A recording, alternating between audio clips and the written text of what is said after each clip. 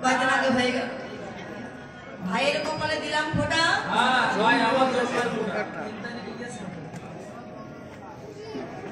জমের দুয়ারে কেননা সূর্যদেবের এই পুত্র মানে সংজ্ঞার গর্ভে ওই যম এবং যমুনার জন্ম হয়েছে, আর ছায়ার গর্ভে হয়েছিল শনিদেব মানে বড় ঠাকুর আর কালীর দিন পুত্র, সংজ্ঞার একটা কন্যা একটা পুত্র, এরা কিন্তু ভাই বোন। তো বলেন তপন তনয়ের নীরে, নীর মানে জল, তাহলে সূর্যের কন্যা হলো যমুনা, যমুনার জলে জল আনতে গিয়ে আমি নৌকা দেখলাম, কি দেখলাম না ভবজ অনুজ রথ তাতলে বিনতা সুখ। ভব মানে মহাদেবের আরেক নাম ভব, অজ মানে পুত্র, মহাদেবের কোন পুত্র? জ্যেষ্ঠ, জ্যেষ্ঠ পুত্র গণেশ। অনুজ মানে ছোট, গণেশের ছোট কে? কার্তিক। রথ, রথ মানে বাহন, কার্তিকের বাহন হলো ময়ূর। দেখলাম কার্তিকের বাহন ময়ূর, ময়ূর পুচ্ছ পদা তাতলে মানে তার নিচে বিনতা সুখ। এই নাসিকাটা দর্শন করে মনে হলো নাসিকা নয়, যেন বিনতার পুত্র। সুত মানে পুত্র, বিনতার পুত্র কে গো মা? কে?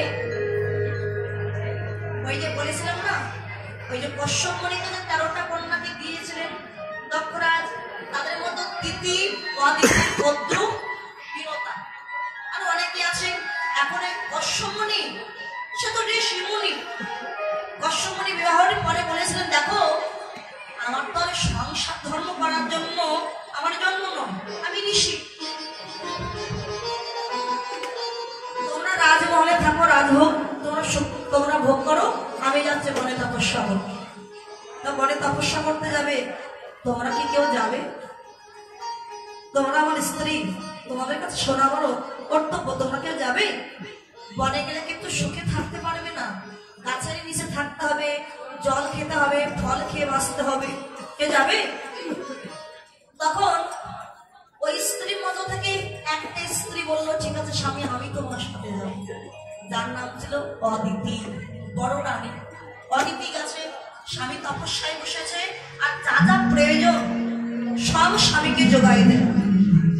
ওমা রাজার মেয়ে তোমার খুব সুন্দর দেখতে ছিল, কিন্তু ওই যে স্বামী তপস্যায় বসেছে 1000 বছর আর একবার তাকালো না। বৃষ্টির জল পড়ে, রৌদ্রের তাপ পড়ে, সোনার মতো দেহটা কালো হয়ে গেল, পুড়ে গেল, চুলগুলো ফ্যাকাশে হয়ে গেছে, দেহের বড় কালো হয়ে গেছে, মানে রাজকুমারী দেখে মনে হচ্ছে না যে রাজকন্যা। হঠাৎ তপস্যা ভঙ্গ হয়ে যাওয়ার পরে নিজের স্ত্রীর দিকে তাকে নিজের স্ত্রীকে আর চিনতে পারছে। অদিতি তোমার এই অবস্থা? অদিতি কেউ এলো না, তুমি এসেছো আমার সঙ্গে তপস্যায়, তাই আমি তোমাকে একটি বর দিতে চাই, বলো কি চাই? দেখো আমার ঔরসটা তো সন্তান আমি তোমাদের কাউকে দিতে পারবো না, তবে স্নান করে এসো, আমি তোমাদের বর দেবো, তাতেই তোমার সন্তান লাভ করবে।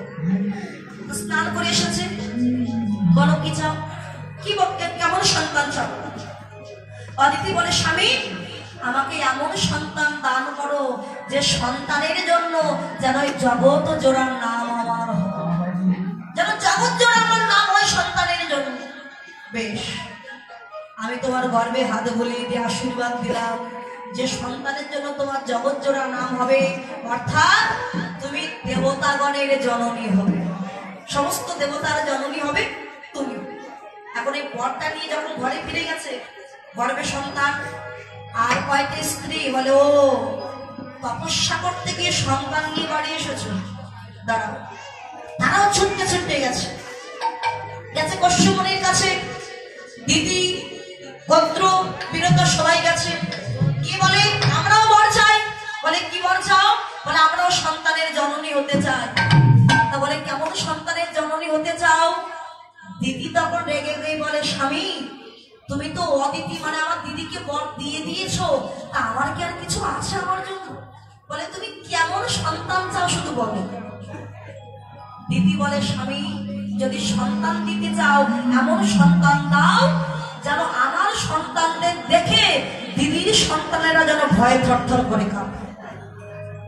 বেশ, এমন সন্তান যখন তুমি চাইলে, দিদির হিংসায় হিংসায় তুমি জর্জরিত হয়ে এমন বড় সন্তান যখন চাইলে, আমি তোমাকে আশীর্বাদ দিলাম তুমি অসুর কুলের জননী হবে, মানে রাক্ষস কুলের মা হবে তুমি। কারণ দেবতারা কিন্তু অসুরদের কাছে একটু ভয় পায়, কারণ অসুরের শক্তি বেশি। পুত্র তুমি কেমন সন্তান চাও? পুত্র বলে আমার জন্য কি আর আছে? ওরা তো সব নিয়ে নিয়েছে। আরে তুমি চাও না কেমন সন্তান চাও, আমি তোমায় দেব। পুত্র বলে স্বামী আমি এমন সন্তান চাই, বড় দিদির সন্তান নয়, মেজ দিদির সন্তানের নয়, আমার সন্তানকে দেখে জানো সারা জগতের জীব যেন থরথর করে কাঁপে। বেশ, তুমি যখন হিংসায় জর্জরিত হয়ে এমন সন্তান চাইলে, আমি তোমাকে এমন সন্তান দেব সারা জগতের জীব তোমার সন্তানদের দেখে কাঁপবে। কে? আশীর্বাদ দিলাম, যাও তুমি সর্পকুলের জননী হও।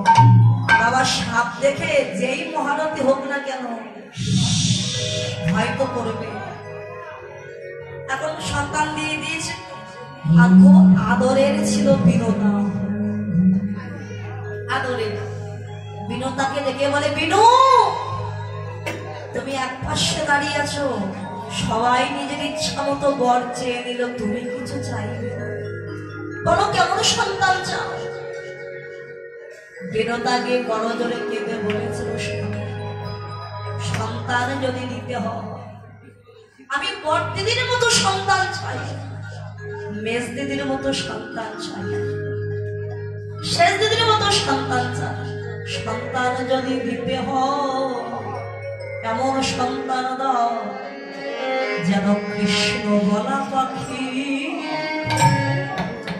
আমি পেতে, কৃষ্ণ বলা পাখি আমি যেন কৃষ্ণ আমি পেতে পারি। আমি আর কোনো চাই না, যেন কৃষ্ণ বলা পাখি আমি পেতে পারি। আমি আর কোনো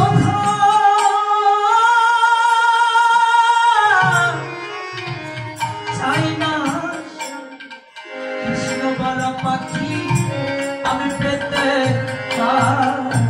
স্বামী আমি যখন মারা যাব, তারা যেন আমার কর্ণ বলে একটু কৃষ্ণ নাম কৃষ্ণ নাই দিতে পারে।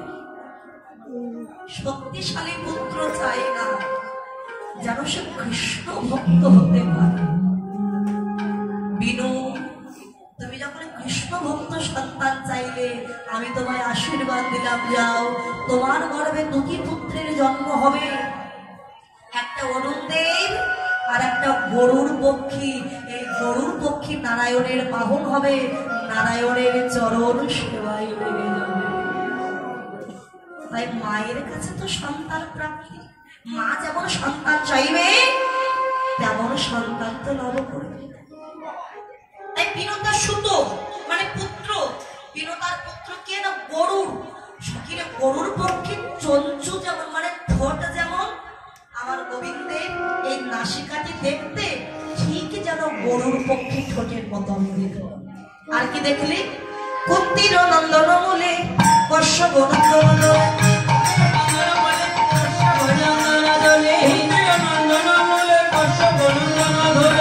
যোগেন্দ্র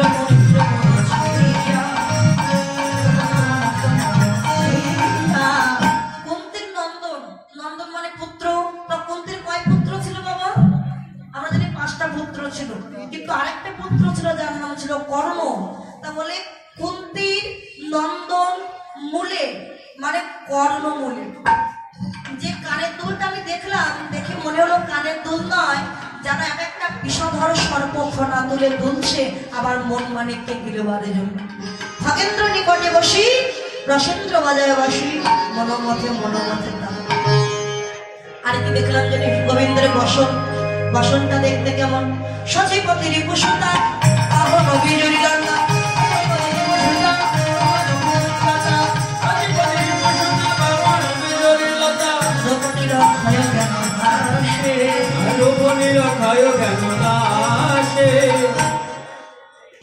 স্বামী, সতীর স্বামী হলো দেবরাজ ইন্দ্র। ইন্দ্রের বিপক্ষে শৈল রাজা, শৈল সুতা মানে শৈল রাজার কন্যা, সুতা মানে কন্যা। শৈল রাজার কন্যা কি বাবা? সতী মারা যাওয়ার পরে শৈল রাজার কন্যা হয়ে জন্ম নিয়েছিল, নাম হলো পার্বতী। তো সখিনী বাহন ও বিজয়ী লতা। এই কত পার্বতীর বাহন কি?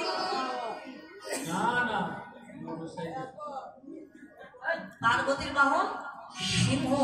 সিংহের অঙ্গের বরণ যেমন আমার গোবিন্দজি বস্ত্রটি পরিধান করেছে, ঠিক যেন সিংহের অঙ্গের বরণের বীর বর্ণ। তাই রূপ নিরাময় জ্ঞান দাসে রূপ দর্শন।